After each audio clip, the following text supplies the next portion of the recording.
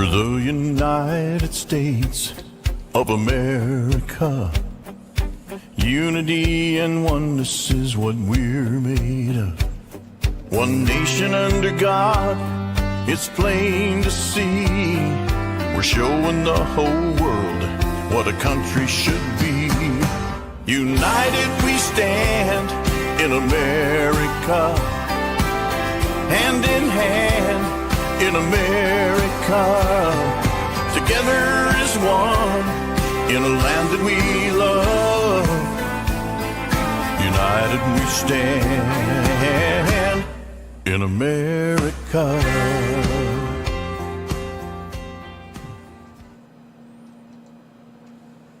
Hey, good morning, everybody. Welcome to Changing Times. Lynn Morris couldn't be here today. Neither could Dr. Mary. They had some obligations that needed to be taken care of. Lynn, of course, is working on getting much healthier and stronger and learning how to navigate and be more mobile after the operation where he had to lose that portion of his leg. And they had asked me to share an episode that we recorded last week, but I had an issue with the recording, and I did have this interview that Dr. Mary did over at First and Cal. Hey everybody, sorry to cut in there just for a moment. Wanted to let you know that this was a pre-recorded that I did for Changing Times, but I'm sharing it for the Veterans Church because it's such a wonderful interview, and Dr. Mary was going to be on the Veterans Church today, but because of weather, she wasn't able to be in studio. She will be next month, so make sure you tune in. But this will give you a little introduction of her that she shared over at First and Calvary Presbyterian Church here in town. Beautiful location. Apologize, some of the sound was off, and I need to jump off of here, and I'm having problems with my Facebook feed, so I'm going to link it to the YouTube feed. So without further ado, I'll stop doing myself and go back to that stream. Calvary Presbyterian Church a while back as she was working on kind of transitioning more into working more in the community, maybe less of a footprint at the church, and just kind of sharing why she was doing that. I was trying to get it all ready for Veterans Day and that, and just have a lot of issues with whether it's equipment or vehicles or lots of different things happening. But I thought this is a perfect opportunity to be able to share this, for you to be able to hear her heart as she talks about why she does what she does. The audio was a little off. That's my fault. But I think I got it cleaned up good to where everyone, you'll be able to enjoy this. So without further ado. Let me just set this up. I'm here with Mary Byrne, and Mary has graciously volunteered for years to handle our Veterans Day celebration. How many years has it been? 3 years as chair of the Community Life Committee. You have a 3-year opportunity. Whether you're assigned to that community every year is up to the pastor at this point. But yeah, I got the assignment for 3 years. You seem to have taken to that quite well as well. I was raised in a restaurant management household. That's what my mother's degree was in. That's what my grandfather on both sides of the family did, restaurant management. And so cooking for big numbers, or at least planning and purchasing for big numbers, was something I knew how to do easily. And I'm the oldest of 6. Big numbers was always in my life. And the whole idea of creating an environment for celebration was a big part of my Irish heritage. So yeah, it came easy for me. And we were just speaking also about what the motivation is for you, and you were speaking about the fact that the military was a part of your husband's life, and that has been a strong motivation for you to work on the veterans. Yeah, my husband was an Army brat. His father was a chaplain in the Army in World War II, and in fact, his military pension was higher than the pension for his church when he finally retired.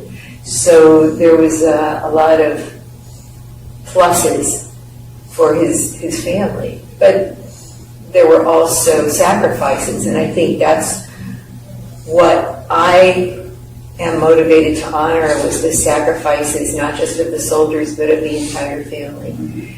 And those luncheons for veterans in November, to me, were an opportunity to keep the embers burning, because so much of our culture forgets. And I think particularly our Christian culture forgets that there is a relationship between the freedom we enjoy as Christians, the government that respects and is mandated to protect that freedom, and the military that protects that government. And the other side of that is our civil responsibility to vote for the people who are going to command that military honestly and with integrity. So this relationship, in my observation, has fallen apart. And I think that a great deal of that is due to misinformation about what the statement, separation of church and state, means. It means the government will not have an official religion. It doesn't mean that the church separates itself from its responsibility to nurture people who will serve in government or in the military. It doesn't mean that. And in fact, we have to pray for that regularly. We have to nurture our children to come up thinking that Jesus was not just the baby in the manger.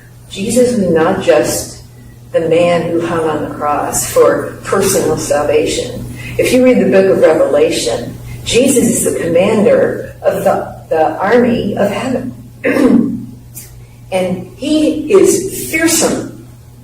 He will come back to judge his enemies. And we better understand that God had an enemy, starting with the book of Genesis, and that Christians will have an enemy trying to enslave them and suppress their freedom to worship God. That's what the entire book of Exodus is about. Tell Pharaoh to let my people go so they can serve me. In other words, Pharaoh, you're working for the enemy of my people. And you're suppressing their ability to worship me freely. Freedom doesn't mean licentiousness. Freedom means the freedom to serve God.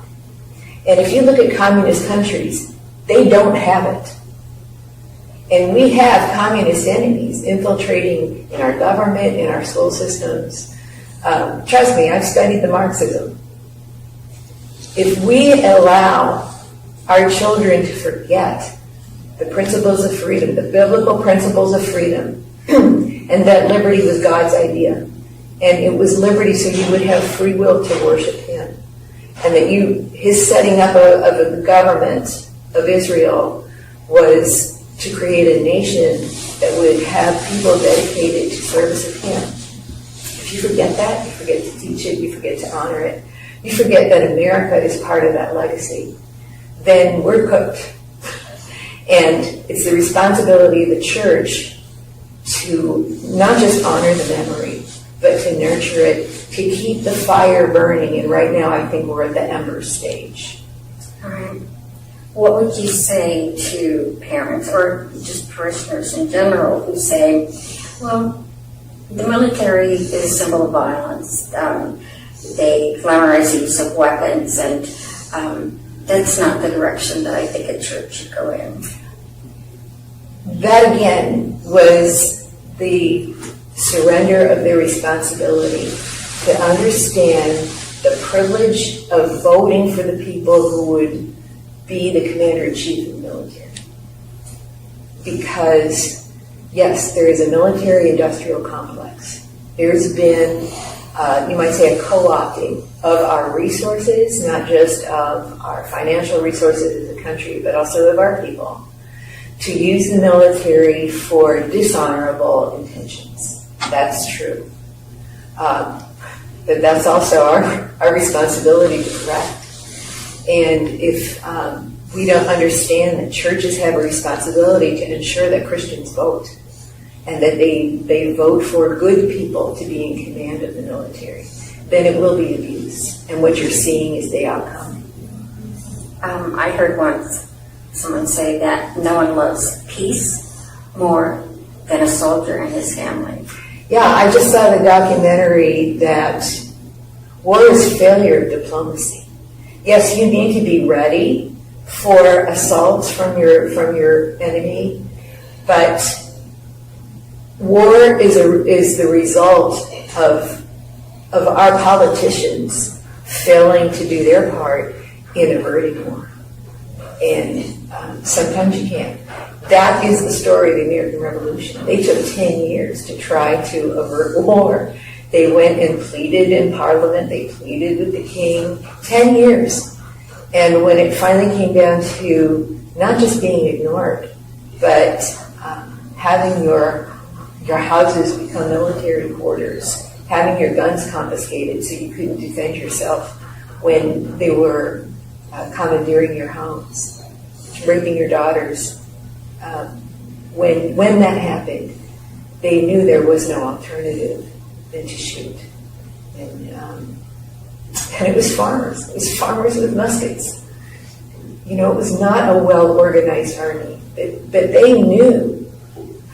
And it was called the Presbyterian Revolution because the Presbyterian pastors in the pulpit were reminding people of what their rights were for liberty, particularly in the Old Testament. So there is dependence in the church's legacy of teaching people about freedom and the military's legacy in doing their work to protect it. But once you separate them, you have unmoored the moral foundation of a military with guns, and you have unmoored the church from its responsibility to be salt and light in the culture. That's what's happened. I know that the National Guard, they started it, and they call themselves the Army of Citizen Soldiers. And which sort of implies that there has to be a place where people can learn to prepare their children, not, with the hope of never needing it, but at least knowing that if we have a standing army, that then we can always negotiate from a position of strength. So how would you present that to a group of people who may not be certain that that's something the church should talk about? I'll give you the story of my husband's experience in the National Guard. So what he was taught was the organization of what the military is like, because the National Guard is you might say the Little League, the Farmers League, of how to discipline yourself, take orders, understand teamwork, that sort of thing. So when there was a breaking, I believe it was the breaking of a dike, but I know there was a flood involved. As many times as I heard the story, you'd think I remember the details. Anyhow, it was the National Guard called out to sandbag against the water so that they could protect certain areas of town. And they were driving the huge trucks that can tolerate flooding. And Tom brought all the boys home to his mother's house for something to eat. I remember that. And Mother Ann had to bring out a ham and feed all the boys. So there was an opportunity to learn how to work in a crisis situation without being life-threatening. And you go from that into the military. I think the Boy Scouts offer something similar. They offer this opportunity to learn service, organization, achievement, and badges and patches and that sort of thing, so that National Guard has that opportunity to serve in civilian life. But at the same time, I again, I think that there was a problem with the politicians who had command over the National Guard, that we saw some of our National Guard over in foreign lands. And continue today. And it continues today. That's not the intent. It's not the intent. So, just like Mike Flynn said, we've got a breakdown in our political system. There was a reason the founders put civilians as commander-in-chief of the military. It's so you couldn't have a tyrannical military. At the same time, when you have commanders-in-chiefs who are civilians who have never been in the military, they don't understand the culture. They know the power, but not the discipline. Then you're set up for abuse.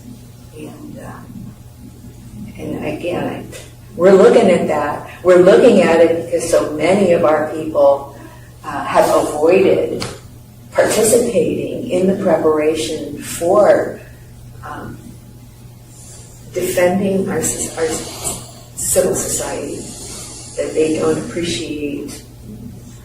They're not going to appreciate what they have until it's gone. And that's too late. With the luncheons that you have organized, what is your main goal in holding it? Is it to educate the congregation about the sacrifices? Is it to reach out to other veterans? Or is it all of those things? I think it's all of it. I take every opportunity that I see is available on that day. So again, there's been a breakdown, I think, of appreciation in our culture for veterans. So in the last year when I, you might say, hosted the luncheon, I got a video that Jamie Swope wanted to be sure was also shared with the congregation during the service. That hadn't happened before because I hadn't found those videos before. But my goal is not just to honor the memory of the sacrifice of the deceased, but to honor the sacrifice of our present congregation members. It's not open to all congregation members. It's open to the veterans and their families. Because there has to be an acknowledgement, I think, of the church in a ministry to people who may have suffered invisible side effects from seeing violence, from seeing what negative things humans can do to each other.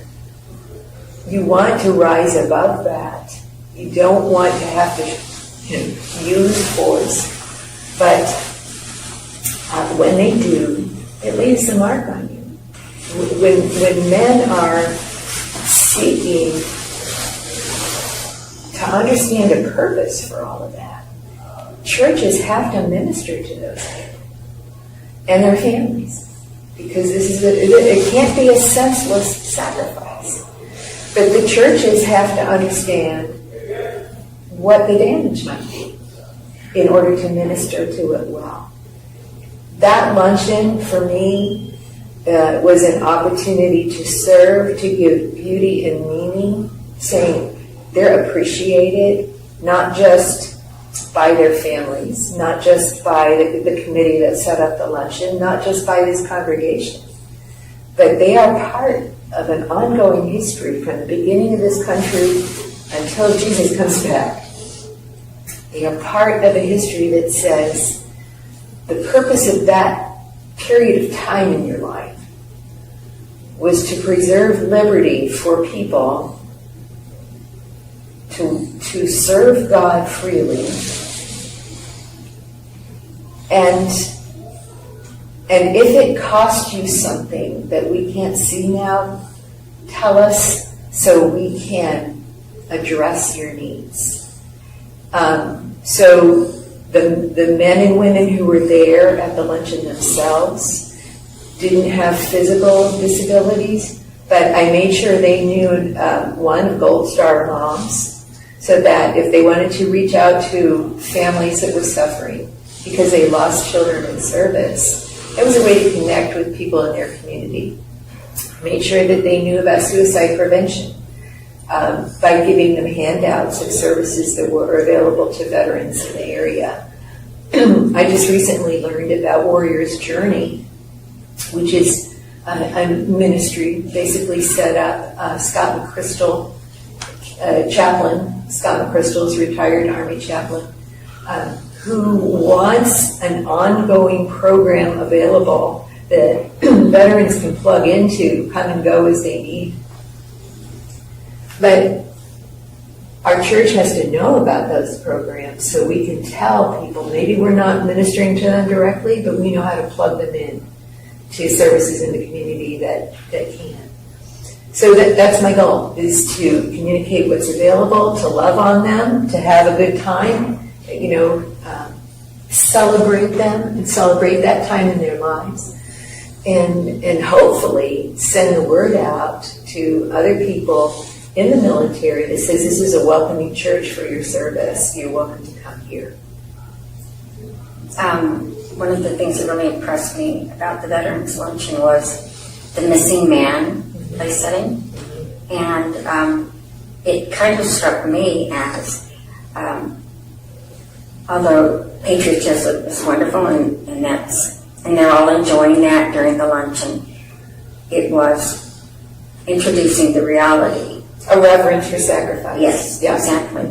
And I think that sometimes it's hard in this culture to face the hard facts of that freedom is purchased at a price. It is. So yeah, and there has been an ongoing analogy between the soldier who's willing to make that sacrifice for somebody else's freedom and Jesus.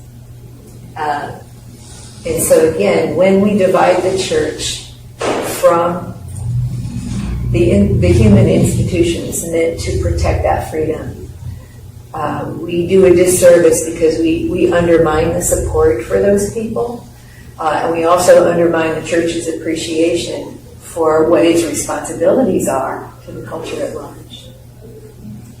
what would you like to see First and Calvary do to reach out to veterans and to support that group? I think it's part of mission outreach.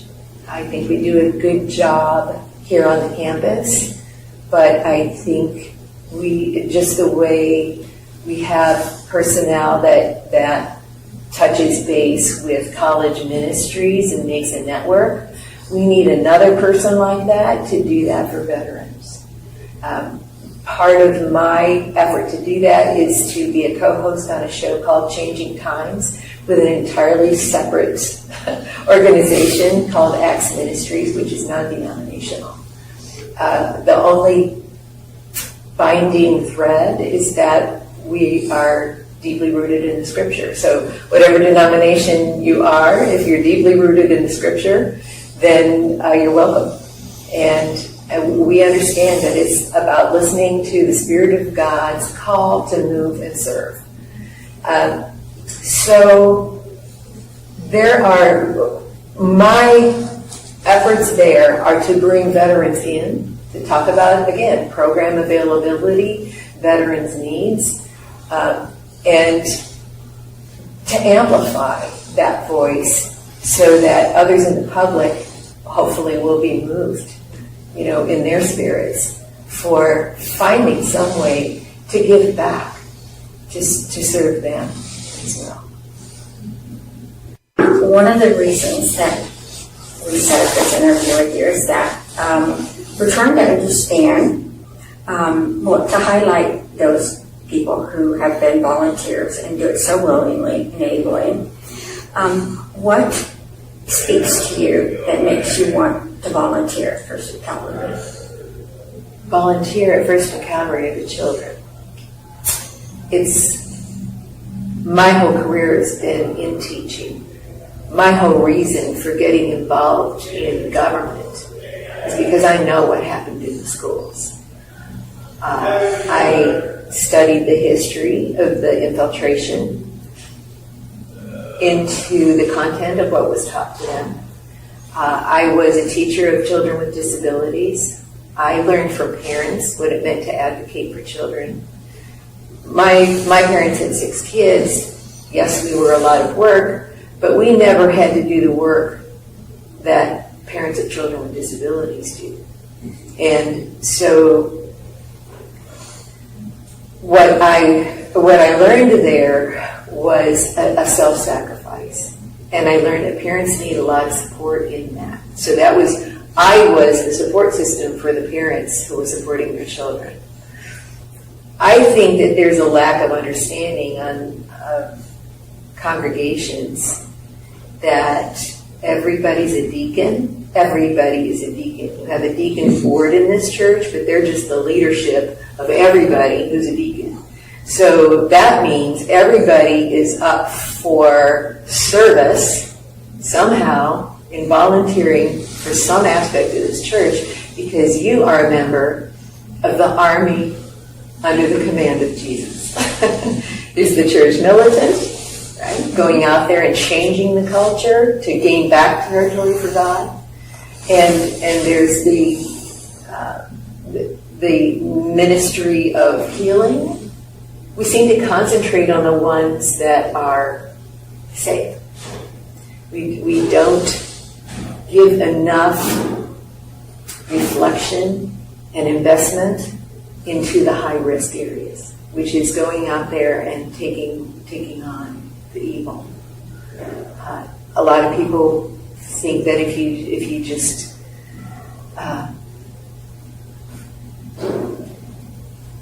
just roll over and be nice, that people will treat you nice. That's not true. Evil is power. Power is ruthless. And power wants to control. So I can't let them have control of the next generation. I just can't. That means I have relinquished the next generation's freedom. I got it from people who fought for me, or at least were willing to do that. And I have a responsibility, even though I don't wear a military uniform, I have a responsibility as a Christian in Christ's army to fight for the freedom of his next generation. So that's why I do what I do. Absolutely. Do you want to take a moment to tell us about some of the things you have displayed here? Sure. This was a scrapbook I put together of my father-in-law's pictures because I wanted to organize one of the most impressive periods in my husband's life, even though he was not active in creating that. He was basically a recipient of what his parents' decisions were. So when his father was in Alaska as an Army chaplain, it impacted him so that he got a sense of commitment and patriotism, not just a nationalism, a thoughtless commitment to an identity that was going to be a dominating force over the world. It was a commitment to the principles of freedom that allowed his father to worship a God in a country that was founded on biblical principles. So it all connects. So Tom, this is his picture when he was still just graduated from boot camp. And he has the Army issue glasses and the uniform. He's very serious there. But he did get a Medal of Commendation. And what's interesting is the commendation was because he wrote a manual. He was a logistics guy. He wrote a manual for his office, and it hadn't been done before. Well, again, he came out of the military and then went into business administration. You know, it was he recognized his gift. He used it within the military, and then that helped direct him into what he wanted to do. His father, of course, wanted him to go into the ministry, and he said, "No, thank you." but he always had an appreciation and reverence for the ministry and for the military, obviously. This is my father. He went into the military after high school and was assigned to a psychiatric unit. So he never actually had to shoot, but he was with the men who did have psychological problems from World War II. And he learned then that what they were doing in administering treatment and in learning the purpose and the theories behind those treatments were appealing to him. They were psychology backgrounds, so he eventually went into business administration and focused on personnel development. And then that's Tom. Again, these pictures are very similar. He's getting a letter of commendation from his graduation from boot camp. But he had already had 2 years of service in the National Guard, so he reveled in this. He loved organization. He loved the idea of protecting. He was a good protector. He was a good provider. And I think that's something I appreciated about him. The military teaches you that your buddy's life depends on you. You must be reliable. And there was probably no one I'd known except my dad who was as reliable as my husband. It's quite a compliment. Yeah. Well, Mary, I can't think of anything specifically to ask you other than, is this something that you think you'll continue doing, or is it time to pass the baton? Or As I've left the Deacons Board now, that's Tracy Brown. So I created a binder for all of the activities I did, including the Veterans Luncheon.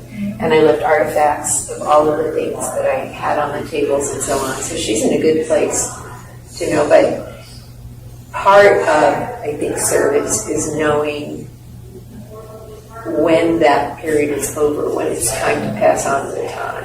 That's how you build legacy. That's how you continue a church. So Tracy knows where to find me, but I have no desire to interfere in her leadership. Yeah.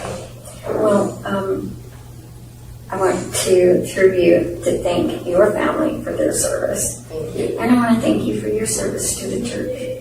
Because I'm a military person, the Veterans Luncheon is very important. So thank you very much. Thank you. But that's some of the most powerful parts of all of our story, right? Where it's like what you're doing now, everything that's happening, it's about the Lord, it's about all of that, and He's part of you. So there's that. I mean, I love it. Yeah. But it is important for people to know. This isn't just a romantic attachment to a particular community. Last night, I heard one of the choir members pick up the hymnal and see the national anthem and say, is this right? What about separation of church and state? And I'm like, no, you don't get it, do you? You don't have a country unless you have a military. And you won't have freedom of religion unless you have a country that respects that. That's right. That's right. And so what's gone on in the last 2 generations, I think, is the discrediting of the military, probably for Vietnam, but that wasn't the soldiers, that was the politicians. Right. And a deliberate movement of the leftists to discredit the reputation so that it became unfashionable. To not only was my husband in the Army and his dad, but his brother as well. It was an expectation. You grow up, you finish high school, you go to the military, then you go to college. And for Tom, that was an opportunity to develop as an individual, not just to get command of other men, but to get command of himself Exactly. So he had the discipline to finish school. Yeah. I have two sons. One is in the military, and one is trying to get into the military. Mm-hmm. And if you would ask my younger son, why are you doing that? He would say, just to know that I can. And it is a challenge to enter an organization where there's a lot of honor and a lot of physical skill required. And so it's something a lot of people aspire to. Mm-hmm. And for my dad was first generation college attendee. He had good parents, but their education stopped at third grade. They had no ability to give him guidance on what you do when you get to college. But because he was assigned to the psychiatric unit in the Army, he understood that what he really loved was personnel, and ended up going into business administration and human resources. So it was, not a direct connection to what he did in the Army, but it gave him the guidance to say, that's where I belong in dealing with people. And my connection to that was, he actually wrote the human resource manuals for the company, and he did the personnel development. So he was a teacher in the business environment. And that was part of my career choice, was to be a teacher. And if you talk to hiring managers, they'll say they gravitate towards ex-military because they understand those people know how to take orders. Those people know how to work as a team. Yeah. They're strategic thinkers and they're organized. Well, the military works the kinks out. Yes. By the time they go into the business world, we've got some polished product here. But I hate to refer to people as product. In fact, I'm against that. But you know what I mean. They actually do the work that the K-12 system did not do, and that business community doesn't want to do. They're expecting them to come in as people ready to take responsibility, and the Army teaches you how to do that. Military, I should say, because it doesn't matter what branch. The military said, this is how our culture operates. Well, I was glad I was able to share that with everybody. It was such an honor to be able to be there as Dr. Mary was sharing there with Robin, just kind of her heart, the reason she's doing what she's doing. And, she's able to interview, and Lynn's able to interview other individuals that are difference makers, but then they don't get interviewed so much. So it was neat to be able to have that and be able to share it. My apologies for some of the sound issues and stuff. Part of that is me learning to get used to using equipment. Also, we've had issues with the equipment getting older and wearing down, and I get distracted real easy, my ADD and stuff. So definitely have some needs for volunteers and individuals to help with editing videos. She has some wonderful artifacts there that I also want to go over with her individually. I took photos of them, and I was going to work it in with the interview, but I thought, man, we just need to sit down with individuals like that, leaders, elders in the community, elders in their church, making a difference and not being satisfied with the status quo, not being satisfied with just leaving things the way they are, realizing that there's change needed and being that change, and then encouraging others. So what an honor to work with such great men and women like Lynn Morris and Dr. Mary Byrne, and just all the difference makers they bring on. It's just incredible. Looking forward to more shows, Changing Times next week. Same time, same channel. Your fearless host will be back, and we will see you again then. Well, thank you everyone for joining us. Pause that so you can hear me. Thank you again for joining us. This was the Veterans Church, a special edition, where I shared an interview Dr. Mary did that I shared with Changing Times. Now I shared it with the Veterans Church. Next week she's going to be on the Veterans Church. Also watch for her on Changing Times on Wednesday. Thank you for everybody that's here. The Swahili church is still going live, but it's in Swahili, so unless you know Swahili, it might be hard to understand. Have a wonderful day.